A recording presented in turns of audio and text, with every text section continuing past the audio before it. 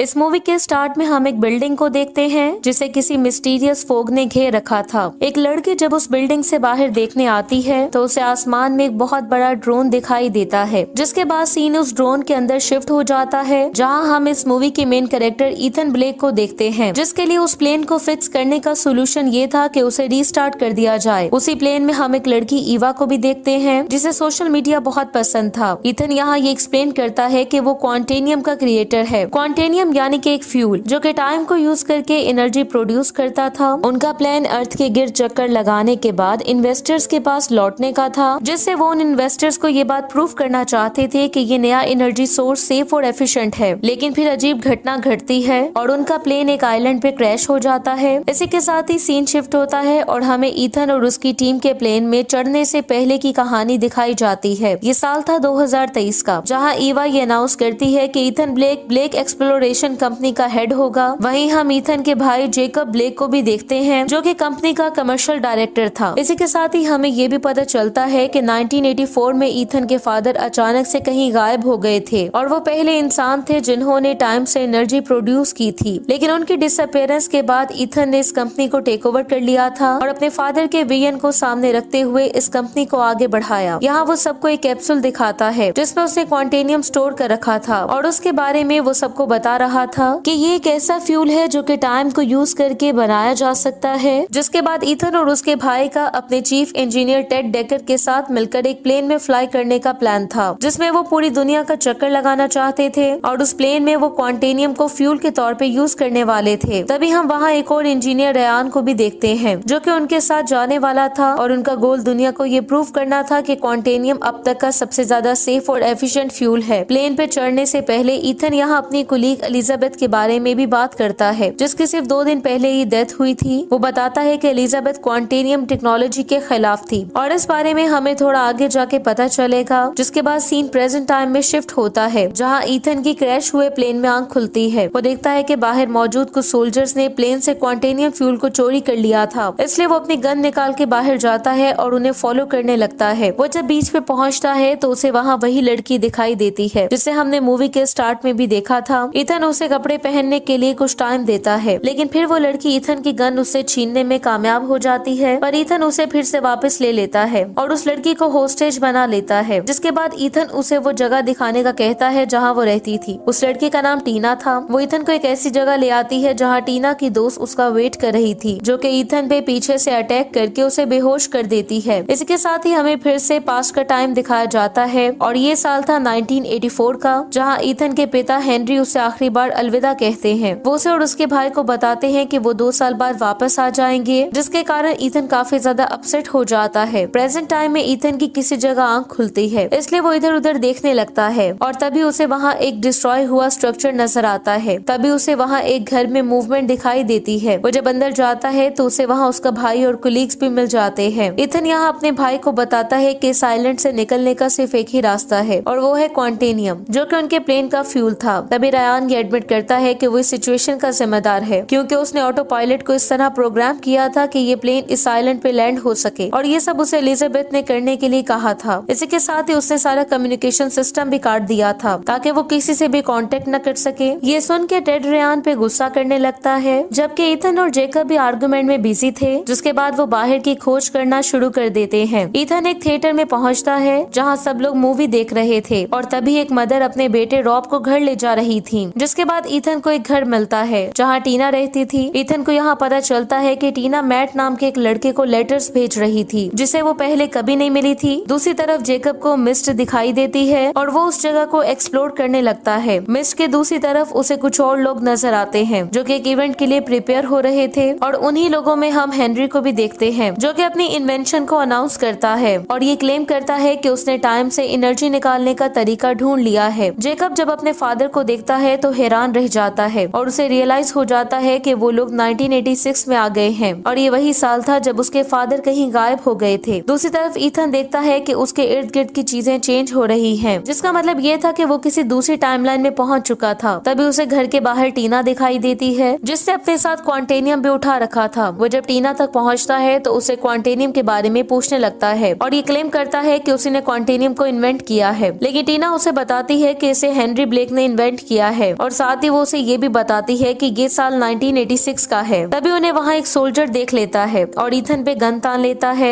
Ethan उसे calm down करने की कोशिश करता है लेकिन वो ऐसा नहीं कर पाता और वो सोल्जर उसे शूट कर देता है, लेकिन फिर वो बुलेट गायब हो जाती है और ईथन वापस अपनी ओरिजिनल टाइमलाइन में आ जाता है जहाँ वो जेकब से मिलता है और वो दोनों एक दूसरे को बताने लगते हैं कि उन्होंने क्या क्या देखा है। तभी उन्हें वहाँ एक आदमी नजर आता है जिसने रेड कलर का बैकपैक पहना हुआ था। वो आदमी एक घर के सामने बैठा हुआ था जो कि उन्हें देख के वहाँ से भागने लगता है, इसलिए ईथन भी उसका पीछा करने लगता है और वो एक ऐसी जगह पहुँच जाता है जहाँ वो टीना को एक वीडियो रिकॉर्डिंग में देखता है जो कि कह रही थी कि वो लोग वार स्टार्ट करने वाले हैं उस क्रिएशन की वजह से जो कि हेनरी ने इन्वेंट की थी। और तभी ईथन के सामने वही आदमी आता है जिसका पीछा करते हुए ईथन यहाँ तक पहुँचा था और वो बार बार ऐसे रिएक्ट कर रहा था जैसे वो किसी फिक्शनल स्टोरीज का हीरो हो। और तभी हमें पता चलता है कि उसका नाम रॉब था। ईथन को भी रियलाइज हो जाता है कि ये वही रॉब है जिसे उसने पहले भी देखा था जो कि 40 सालों से इस आइलैंड पे फंसा हुआ था और उसने ये सारा टाइम बुक्स पढ़ते हुए गुजारा था, इसलिए वो बार बार लॉर्ड ऑफ द रिंग्स और मैरी पॉपिंस फ्रेंचाइज के बारे में बात करता था। इसी दौरान ईथन के बाकी कोलीग्स भी वहाँ पहुँच गए थे जिनके साथ मिलके वो उस जगह को फिर से एक्सप्लोर करने लगता है, लेकिन तभी वहाँ पे फोग आ जाती है और 2036 के सोल्जर्स भी वहाँ पहुँच चुके थे जो कि क्वांटेनियम को ढूंढने वहाँ आए थे और उन्हें वहाँ क्वांटेनियम का कैप्सूल भी मिल जाता है। ईथन जब क्वांटेनियम को देखता है तो वो उनकी तरफ बढ़ने लगता है जिसके कारण उन्हें भी उसके बारे में पता चल जाता है। वो जब ईथन के पीछे जाने लगते हैं तो तभी वहाँ पे रॉब आके चिल्लाने लगता है कि उन्हें इस जगह से आगे नहीं जाना चाहिए, जो कि असल में Lord of the rings movie का एक डायलॉग था। रॉब अब उस फोग को खत्म कर देता है जिससे वो सोल्जर्स भी गायब हो जाते हैं। इसके बाद ईथन रॉब से उस फोग के बारे में पूछता है जिस पर रॉब उन्हें बताता है कि ये फोग असल में ड्रैगन की सांसें हैं और ये भी हॉबिट का डायलॉग था, इसलिए ईथन अब उससे उस स्मोक की लोकेशन के बारे में पूछता है जो कि फोग का ओरिजिन थी। रॉब उन्हें कंट्रोल रूम की डायरेक्शन दिखा देता है जहां ईथन को टो इंजन मिलता है, जिसके बाद जेकब ईथन को एक माइक देता है और उसे सब कुछ एक्सप्लेन करने का कहता है। ईथन यहाँ ये एक्सप्लेन करता है कि क्वांटेनियम को उसके फादर हेनरी ने इन्वेंट किया था, जिसे उसने भी बना तो लिया था लेकिन उसे इसके लिए 3 साल लग गए थे, जबकि उसके फादर ने इसे टो इंजन की हेल्प से सिर्फ 20 मिनट्स में बना लिया था। लेकिन साइड इफेक्ट के कारण टो इंजन ने फोग बनाना शुरू कर दी थी जो कि असल में क्वांटम पार्टिकल्स थे और ये 1986 में होने वाले सभी इवेंट्स को रिकॉर्ड कर रहे थे, जबकि उन इवेंट्स को पूरे साल में कई बार रिपीट किया जाता था और ये सब कुछ वो सिर्फ इस आइलैंड पे बहुत सी टाइमलाइंस को मिक्स करके कर सकते थे। ये इवेंट्स 1986 की टाइमलाइन जब उसके फादर कहीं गायब हो गए थे और 2036 की टाइमलाइन जब वो सोल्जर्स वहाँ आए थे, उन दोनों के दरमियान थे जो कि ऑलमोस्ट 50 साल का टाइम था। ईथन और जेकब अब उस टो इंजन को फिर से स्टार्ट करने का फैसला करते हैं ताकि वो उसे क्वांटेनियम निकाल सके। इस दौरान जेकब को ट्रांसमीटर भी मिल जाता है जिससे वो बाहर की दुनिया से कांटेक्ट करता है ताकि उन्हें रेस्क्यू किया जा सके। जेकब यहाँ सबको कहता है कि उन्हें इस आइलैंड से निकलने के लिए ज्यादा से ज्यादा क्वांटेनियम की जरूरत होगी। तभी रयान ईथन से कहता है कि उन्हें ईवा को ढूंढना चाहिए। वो ईथन को एक नेकलेस दिखाता है और उसे बताता है कि एलिजाबेथ ने ये उसे देने के लिए कहा था। वो नेकलेस ईथन को देके रयान वहाँ से चला जाता है, इसलिए ईथन भी उसका पीछा करने लगता है और इस बार वहाँ मौजूद फोग फ्यूचर के इवेंट्स को रिप्ले कर रही थी, जिसके कारण ईथन फ्यूचर में होने वाली एक वार में फंस जाता है। तभी कुछ सोल्जर्स वहाँ आके उसे बताते हैं कि यूएन कॉर्पोरेशन उनसे वो टाओ इंजन हासिल करना चाहती है जिसे ईथन और उसके भाई जेकब ने कई सालों से छुपा रखा था और इसी वजह से उन्होंने ये वार स्टार्ट की थी। लेकिन तभी एक टैंक आके उन सोल्जर्स को हिट करता है। ईथन जब बाहर आता है तो वो साइलेंट पे लोगों को फाइट करते हुए देखता है। इसी के साथ ही काफी एडवांस ड्रोन्स और टैंक्स भी लोगों को शूट कर रहे थे, लेकिन तभी एक ड्रोन ईथन को अपने ऑनर के तौर पे पहचान लेता है, इसलिए वो उसे शूट करने से रुक जाता है, लेकिन ईथन उसे शूट करके नीचे गिरा देता है। इसी बीच रयान भी इंजर्ड हो जाता है और इसी दौरान ईवा भी वहाँ पहुँच चुकी थी। वो दोनों रयान की जान बचाने की कोशिश करते हैं, लेकिन वो ऐसा करने में सफल नहीं हो पाते और रयान की डेथ हो जाती है। ये देखकर ईथन को रियलाइज होता है कि क्यों उसकी दोस्त एलिजाबेथ इस क्वांटेनियम टेक्नोलॉजी के खिलाफ थी। तभी फोग फिर से अपना काम दिखाती है और ईथन फिर से 1986 में पहुंच जाता है, जहां वो अपने फादर से मिलकर आर्ग्यू करने लगता है और सबको बता देता है कि वो क्वांटेनियम को यूज करके वेपन्स तैयार करने वाला है, जिसके कारण गार्ड्स उसे पकड़ लेते हैं। लेकिन तभी हेनरी उन्हें ईथन को उसके ऑफिस में लाने का कहता है, जहाँ ईथन अपने पिता को डिस्ट्रॉय हुए फ्यूचर के बारे में बताता है जो कि सबके सामने था। ईथन उसे ये भी बताता है कि वो उसका बेटा है जो कि फ्यूचर से यहाँ आया है। साथ ही वो उसे बताता है कि यहाँ कुछ ऐसा होने वाला है कि वो फिर कभी भी अपनी फैमिली के पास नहीं जा पाएगा। उसके फादर उसे प्रॉमिस करते हैं कि वो 2 दिन में वापस आ जाएंगे, लेकिन ईथन उन्हें ये भी एक्सप्लेन करता है कि फ्यूचर को चेंज नहीं किया जा सकता, ये सब कुछ पहले ही हो चुका है और यहाँ मौजूद हर शख्स अपने फेट का सामना जरूर करेगा। तभी अचानक से बाहर एक एक जोरदार ब्लास्ट होता है और ईथन को पता चलता है कि उस जगह उन्हीं ड्रोन्स और टैंक्स ने अटैक किया था जो कि फ्यूचर में उसने देखे थे। उसे वहाँ टीना भी भागती हुई दिखाई देती है, जबकि हेनरी रॉब को एक्सप्लोजन से बचा रहा था, लेकिन इस दौरान वो खुद एक ब्लास्ट के कारण मारा जाता है। ईथन ने यहाँ अपने फादर को पकड़ा हुआ था और वो रोने लगता है, जिसके बाद वो फोक उसे प्रेजेंट टाइमलाइन में ले आती है, जहाँ जेकब टो इंजन को स्टार्ट करता है। इसी दौरान ईथन जेकब को सारी कहानी सुना देता है। वो उसे बताता है कि उनकी कंपनी ब्लेक कॉर्पोरेशन फ्यूचर में होने वाली वार की रिस्पॉन्सिबल है। साथ ही वो उसे बताता है कि फ्यूचर में वो जो ड्रोन्स बनाएंगे वही ड्रोन्स पास्ट में उनके फादर की डेथ का कारण बनेंगे। ईवा भी जेकब को उस वार की वीडियो दिखाती है जिसे उसने अपने फोन से रिकॉर्ड कर लिया था, इसलिए वो कंट्रोल रूम को भी डिस्ट्रॉय करने की कोशिश करती है, लेकिन जेकब भी उसे जान से मार डालता है। इसी दौरान रॉब फायर क्रैकर्स की हेल्प से जेकब को डिस्ट्रैक्ट करता है और ईथन को उस रूम से निकाल लेता है, जिसके बाद ईथन फिर से टीना की वीडियो रिकॉर्डिंग देखता है, जहाँ वो ये क्लेम करती है कि उसने फ्यूचर के सोल्जर से बात की थी, इसलिए उसने ईथन के फादर की तरफ से बनाया जाने वाला क्वांटेनियम छुपा दिया था, जिससे ईथन को पता चलता है कि क्वांटेनियम अभी भी साइलेंट पे मौजूद है। और टीना चाहती थी कि वो क्वांटेनियम को यूज करके टाओ इंजन को डिस्ट्रॉय कर दे। ईथन रॉब को बताता है कि उसके पास इंजन को डिस्ट्रॉय करने का तरीका है, जिसके लिए वो पुराना क्वांटेनियम लेकर उसे टाओ इंजन में रख देगा और जब उनकी एनर्जीज एक दूसरे से टकराएंगी तो एक्सप्लोजन के कारण वो इंजन डिस्ट्रॉय हो जाएगा। इसलिए वो फोक को अट्रैक्ट करने के लिए जल्दी से एक डिवाइस भी बना लेता है ताकि वो जब चाहे टाइम ट्रेवल कर सके, जिसके बाद वो फिर से बाहर आ जाता है, जो कि 1986 का साल था, जहाँ उसे टीना मिलती है। ईथन यहाँ उससे झूठ बोलता है कि वो मैट है। साथ ही वो उससे कहता है कि उसे पता है कि उसने क्वांटेनियम को छुपाया हुआ है, इसलिए वो उसे क्वांटेनियम की लोकेशन के बारे में पूछता है। टीना उसे बताती है कि उसने रॉब को उसे अपने रेड बैकपैक में रखने के लिए कहा था, इसलिए वो दोनों रॉब के घर पहुंच जाते हैं, जहाँ टीना रॉब को बुला के बैकपैक लाने का कहती है। तभी टीना जब वहाँ खुद को देखती है तो शॉक्ड हो जाती है, जिस पर ईथन उसे सब कुछ सच बता देता है। ईथन उसे बताता है कि वो फ्यूचर से आया है और वो क्वांटेनियम को यूज करके टो इंजन को डिस्ट्रॉय करना चाहता है। तभी वहाँ फोक बढ़ने लगती है और टीना को वहाँ बूढ़ा रॉब दिखाई देता है, जिसने वो रेड बैकपैक उठाया हुआ था। रॉब ने अपना प्रॉमिस पूरा किया था और उसने कभी उसे ओपन नहीं किया था, जिसके बाद वो बैकपैक फिर से टीना को दे देता है। टीना भी अब हमारी तरह काफी ज्यादा कंफ्यूज हो गई थी कि किस तरह बहुत सी टाइमलाइंस आपस में मिक्स हो रही थी। तब ईथन देखता है कि टीना ने वही नेकलेस पहन रखा था जो कि उसे एलिजाबेथ ने दिया था और ईथन के नेकलेस में उन्हें एलिजाबेथ की रिकॉर्डिंग मिलती है। तभी कहानी में ट्विस्ट आता है और हमें पता चलता है कि टीना ही असल में एलिजाबेथ थी, जो कि फ्यूचर वार को रोकना चाहती थी, जहां कई मिलियन लोग मारे जाने वाले थे। इसी वजह से वो क्वांटेनियम को प्रोड्यूस करने के भी खिलाफ थी और इसके लिए एलिजाबेथ ने ईथन को भी एलिमिनेट करने की कोशिश की थी, लेकिन वो ऐसा नहीं कर पाई थी। और अब क्योंकि ईथन भी वही करने के लिए तैयार था जो कि एलिजाबेथ चाहती थी, तो इसलिए टीना अब उस टो इंजन को डिस्ट्रॉय करने के लिए उसका साथ देने के लिए तैयार थी, क्योंकि उसे रियलाइज हो चुका था कि वो तो पहले ही मारी जा चुकी है। इसलिए वो अपना ड्रेस चेंज करती है और ईथन के साथ अपना आखिरी डांस करने लगती है, जिसके बाद वो टो इंजन को डिस्ट्रॉय करने के लिए प्लान बनाने लगते हैं ताकि जेकब को और क्वांटेनियम चोरी करने से रोक सके। जिसके बाद टीना क्वांटेनियम को टो इंजन में डालने में कामयाब हो जाती है। मूवी के क्लाइमेक्स में हम देखते हैं कि फोक के कारण मूवी की सभी टाइमलाइंस आपस में मिक्स होने लगती हैं। ईथन जब टो इंजन को ऑन करता है तो इस दौरान उसके फादर उसे देख लेते हैं और बाहर जाते हुए वो जेकब और टेड को क्वांटेनियम चोरी करते हुए देखता है। इससे कुछ सोल्जर्स उनका पीछा करने लगते हैं। सोल्जर्स को उनके पीछे लगा के ईथन वो क्वांटेनियम हासिल कर लेता है और उसे डिस्ट्रॉय कर देता है। इधर जेकब वार में फंस गया था और इस दौरान वो सोल्जर्स भी वहाँ पहुँच जाते हैं जो कि 2036 से आए थे। वो उसे बताते हैं कि यूएन कॉर्पोरेशन उसका टो इंजन हासिल करना चाहती है, लेकिन उसने और उसके भाई ईथन ने उसे कई सालों से छुपा रखा था और इसी वजह से उन्होंने वार स्टार्ट की थी। लेकिन तभी एक टैंक आके उन सोल्जर्स को हिट करता है और इसी दौरान वहाँ पे ईथन भी पहुँच चुका था, जो कि जेकब से आर्ग्यू करने लगता है और उससे कहता है कि उन्हें उस टो इंजन को डिस्ट्रॉय करना होगा। इस वजह से उन दोनों में फाइट होने लगती है और आखिरकार जेकब इस फाइट में डोमिनेट करने लगता है। रॉब उसे रोकने की कोशिश करता है, लेकिन जेकब उसे भी मार डालता है, जिसके बाद वो फिर से ईथन को मारने लगता है। इसी दौरान टेड भी वहाँ पहुँच जाता है और उनकी कंपनी के कारण स्टार्ट होने वाली वार को देख लेता है, जिससे उसे रिग्रेट होने लगता है कि उन्होंने क्या किया है। इसलिए वो अपनी गन निकाल के जेकब को मार डालता है। एक ड्रोन जो ये देख रहा था वो टेड को शूट करके उसे भी मार डालता है। वार के बाद ईथन उस कंट्रोल रूम में जाता है जहाँ इंजन चल रहा था। तभी ब्लू डस्ट उसे ऊपर उठा लेती है और हम देख पाते हैं कि वो टो इंजन उसी के साथ ही डिस्ट्रॉय हो जाता है। लेकिन ईथन फिर से 1986 में टेलीपोर्ट हो जाता है, जहाँ उसके फादर टो इंजन स्टार्ट करने ही वाले थे। इसलिए ईथन चिल्लाने लगता है और उन्हें टो इंजन स्टार्ट न करने के लिए कहता है, जिसके बाद वो अपने फादर को फ्यूचर वर्ल्ड की वीडियो दिखाता है जहाँ उसी टो इंजन के कारण वार हो रही थी। ये देखकर उसके फादर उसकी बात मानने के लिए तैयार हो जाते हैं और टो इंजन को स्टार्ट न करने का फैसला करते हैं, जिस जिसके कारण टाइमलाइंस बदल जाती हैं क्योंकि उसके फादर ने ये प्रोजेक्ट शट डाउन करने का फैसला किया था। मूवी के लास्ट सीन में हमें दिखाया जाता है कि हेनरी घर लौट आया था जहाँ वो अपने बच्चों के साथ टाइम स्पेंड कर रहा था। वहाँ से कुछ दूरी पे हम ईथन और टीना को देखते हैं जो कि उन्हें देख रहे थे क्योंकि ईथन ने पास्ट में ही अपनी मेंटर एलिजाबेथ के पास रहने का फैसला कर लिया था। और इसी के साथ ही ये मूवी एंड हो जाती है। Thank you so much for watching.